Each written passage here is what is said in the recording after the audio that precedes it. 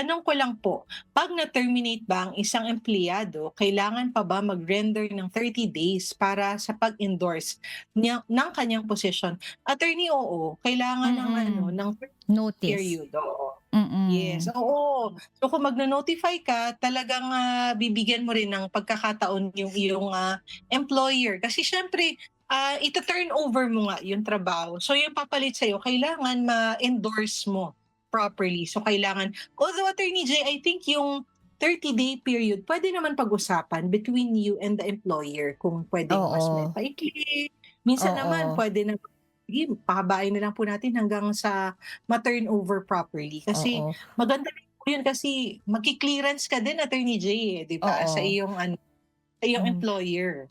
Ang Mm. importante lang basta't by law, yun ang requirement natin, meron tayong 30-day notice. Although, yung duration naman yung ng iyong pag-abiso o yung pagpapaalam mo sa iyong amo, iyon na nga, kung may napag-usapan kayo, wala namang magiging problema doon. Kaya nga lang, as provided by law, kailangan mo mag-notify. 'Di ba, attorney? Mm.